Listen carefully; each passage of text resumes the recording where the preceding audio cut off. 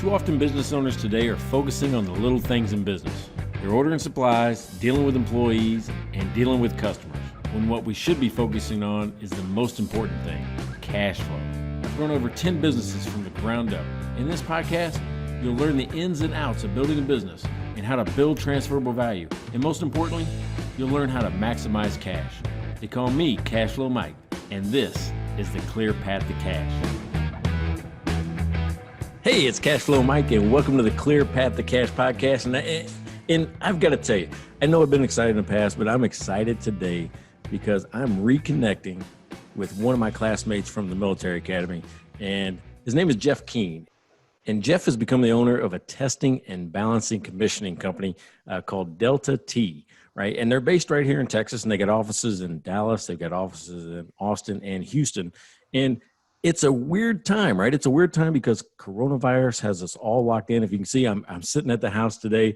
Jeff's in his office, but that doesn't stop, businesses. It doesn't kill businesses, or we don't want it to kill businesses. So what I wanted to talk to Jeff today about was, how is he handling some of the challenges, employees, materials, sales, customers? What is he doing, and how is this company doing through this quarantine? So Jeff, welcome to the show. How you doing, Mike? Good to see you. Yeah. Hey, thanks, man. Good to see you again. And hey, for those of you that are new listeners, you can always catch us on the Clear Path to Cash podcast. It's on cashflowmike.com. We have a YouTube channel. Just look for Cashflow Mike. Also, when you do those things, make sure you subscribe. Not only subscribe, but ring the bell, get notified for when future episodes come out, and leave a review, right? I always like to hear what you got to say. Some of the future episodes get based off of some of the comments that come in from after the show. And today, I want to talk to Jeff, right? Today is all about Jeff and didnt, based right here in Texas, right? So we're both in Texas. Matter of fact, I got to see a person on a personal note a year ago for the first time in about 30 years, if I remember right. It's been a while. Yeah, it had. But anyway, I was glad to reconnect. So, Jeff, I want you to kind of explain what your business is, what it does. How did you even get into it? I got into it by chance. After Wentworth, I went to University of Central Florida, pursued an mechanical engineering degree. Of course, I had contractual obligation with the military. When got done with the military, moved back to Texas, actually. My father had a plumbing company, and as weird as it may sound, I could make more money as a plumber than I could as an apprentice engineer. Wow. So I started plumbing. I did that for about 2 years, and one of the people that worked for didnt back then, I met him on a job, and he's like, "Hey, you got to come to work for us." So it was purely by chance. Came in, talked to the previous owner, started working there. This was in 94, 95, and been here ever since. And so what we do is we test air conditioning systems and mechanical systems after they've been installed to make sure that the owner gets what they paid for, set them up, make sure that you have the right airflow in every room, and that everything's installed and operating exactly the way it's supposed to. Okay. Now your company though focuses, if you're talking about air handlers, you're not talking about my house. You're talking about commercial, right? Right. Yeah. We don't do any residential. Most of our projects are hospitals, schools, colleges, pharmaceutical labs, prisons. We're doing large scale projects. Mm-hmm. We don't do any small stuff. Okay, so the topic of today, not just between you and I, but in the world, is coronavirus, right? Because we're stuck. We're in our houses. We're social distancing. When did you first think this was serious? It was right at Monday a week ago for us. That's when we figured, okay, we're going to see some changes. So at that point, we really didn't do anything different initially, except put signs at the office saying, unless you work here, we only want staff in the building. Mm-hmm. It didn't take long to change from there, though. The Dallas County Commissioner and the Dallas Mayor put out some, restrictions. And initially they weren't that severe. It was just no restaurants, couldn't sit down in a restaurant. You couldn't go to a bar. And then, a few days later, they went into full self-quarantine or shelter in place is what they call it here, shelter in place. So they announced some exclusions to it, and fortunately, construction was one of the exclusions. So, so how are you keeping up with it? I mean, it's almost a full-time job because new news, new information, new guidance comes out almost hourly. So how are you keeping up with this? Well, I have a partner, fortunately, that helps me with that. So my office manager, my partner spend most of their time making sure we're following all the guidelines that need to be followed. And then I'm making sure they're telling me what, the guidelines are, and then I'm distributing it to all my clients and employees. So through websites, Dallas County has a website that's updating their stuff constantly. So does Travis County and Harris County in Houston. But we work all over the state. So, we're also having to pay attention to what the governor is saying as far as what can and can't be done, because each county's different. Some counties only are adhering to whatever the governor of Texas has said. And then, Dallas County, was the first county to issue a shelter in place. That's been spread, but so yeah, my office manager, my partner, spend a lot of time watching the news and going to different websites. What's interesting is that this time, and people have had to be creative fast, right? I mean, restaurants had to go from not offering delivery to offering delivery. In Texas, they started allowing, alcohol to be delivered. But you have to react, right? As a business owner, you have to react. If they're going to allow it, you have to create a business plan around that in order to capitalize on the new rules that are in place. Now, when you told the story, I thought you were doing exactly that, right? When you told the story of how you guys approached the market, once the rules went into place, it didn't impact your business because you still had customers and sales. So explain what you guys did different.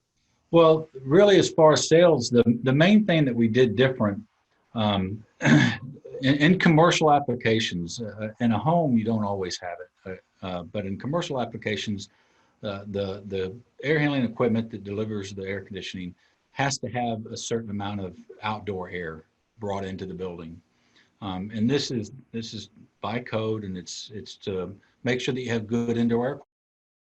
So what we did is, since there are no kids in the schools right now, and we do realize that schools are going to be hyper vigilant on the kids' welfare when they get back, we told them, hey, this is a great time to have us come in and verify your outdoor air delivery systems and make sure that your indoor air quality is where it needs to be before the kids get back.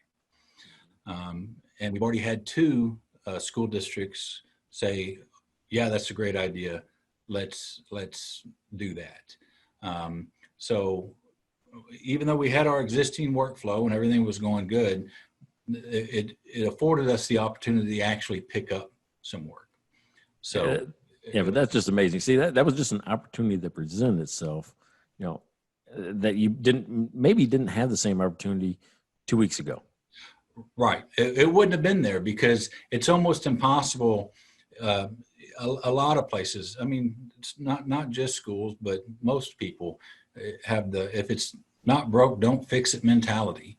So right. If they've got a school and it's working, or they've got, hospitals are a little bit different because they have to have annual testing done, but schools and hotels and things like that, once it's operational, the maintenance guys just make sure everything turns on when it's supposed to and run.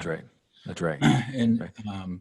So the opportunity would not have been there because we've actually offered services like that, what we call retro commissioning or continual commissioning, where we go in there annually and verify stuff is working. but most people just choose not to put that kind of expenditure out. Again, Right. if they feel if it's working good enough, they'll leave it going the way it is. Yeah. Hey, I'm having a great conversation with Jeff King of Delta T. They do testing, balancing, commissioning of those large airs handlers, the ones that the hospitals have, the school districts have. And I just want to remind you, if you like this, go to cashflowmike.com. Always look at the other podcast episodes, subscribe, leave me a note. You can find me on YouTube, any of the social media channels as well. What I want to talk to Jeff about now is the challenges, right? Because I'm sure there's challenges in materials. I'm sure there's challenges in employees. What are you seeing and what are some things you're having to do differently because of this? Well, the biggest challenge that we're having right now, like you said, is dissemination of information, making sure our guys know that, hey, your jobs are open, you can go to them, making sure that they're working safe, to keep their equipment clean. We're fortunate, we already practice social distancing because our guys don't work together. So it's dissemination of information. We're having a slight problem, which a lot of companies are, with personnel, just because kids are home. And so now parents are having to deal with no daycare, no school, and a spouse has to stay home and take care of the kids. So we do have a couple of employees that, their wife will stay home a couple of days and then they'll stay home a couple of days. And so we have had some manpower issues as far as, working with people like that. Fortunately, nobody in our company's been sick. But again, we work around it. We just talk to clients about, okay, can we access the school on Saturday? And different things like that. Like I said, material right now, our projects are going strong. We will see a slowdown. Materials are being delayed. So there will be a slowdown in construction, within the next few months, but it's not going to be a stoppage. It'll just be a little glitch and get back to going the way it was. All right. So when the employees have to take time off, we've actually got, a child here at the home today. So I got some background noise I contend with, those type of things. What are you covering the lost wages? How are you doing that? If somebody has to take 2 days off to well, go actually, the part of the government regulations are not with childcare, but there have been some new regulations put out that under certain circumstances, you're required in the state to take care of up to 40 hours. We have a really good firm that handles all of our insurance and HR stuff, and they're sending us stuff constantly as things changed. We were pretty fortunate. We had already had a pretty extensive paid time off program where people can accrue time. So, but yes, we are covering, if they have the time, and if they have got the time accrued, of course, we're covering it. We haven't had anybody yet that hasn't had enough time accrued to cover their expenses. And again, I don't think that we're going to see that, our company personally. Okay, so if this thing extends into the summer, what's your forecast here? What kind of impact is that going to have into you? Well, what we're going to see, I think, if it extends, well, we also did, I'm the only one at the office. You mentioned I'm at the office. The other thing that I did, even though everybody has their own office here and we are exempted and could let our employees come to the office, we did set everybody up to work remotely. So my office staff all is working from home and have been, since. But as far as the forecast is concerned, if it goes on through the summer, we mainly just because I think there's going to be so much slowdown in the business. in construction, because we're already seeing a drop off in the amount of bid work that's coming in. So, we have an estimator that's all they do every day is, bid work and look at the jobs that are coming in. And we're already starting to see a slowdown in that. And which is opposite. It's usually, this is the time of year it starts picking up, and it's already slowing down. So again, as far as forecasting, because the work that we do, hospitals and schools and municipalities, we won't have as strong a year as we had originally predicted. We originally predicted this just to be a great year for us. We've backed off of that. We've got a lot more conservative and what we feel our earnings are. We've already put a freeze on any overtime, any expenditures, just to make sure we're not spending any revenue that we don't need to spend to make sure we can get through. Hey, I mean, those are good cash flow discipline techniques, right? I mean, that's basically what you've got to employ at this point in time, is being able to say, hey, listen, I mean, we're expecting now a reduction or a slowdown. What are the things I can do to still maintain profitability? One of the things I teach, Jeff, is expense control, which is a change in gross profit should mirror the change in operating expense. So if I have less money to spend, I should spend less money. So my hope is, and it sounds like you're doing that already, and looking forward to it. Yeah. Like I said, we try to make sure, like you said, if we're having a great year, we invest in new equipment, we invest in new technology.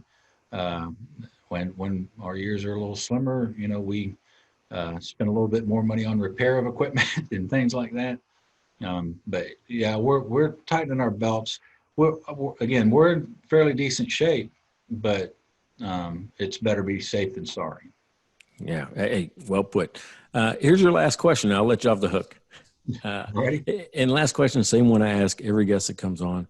If your best friend came to you and say, Jeff, I'm thinking about starting a business, what's the advice you would give him or her?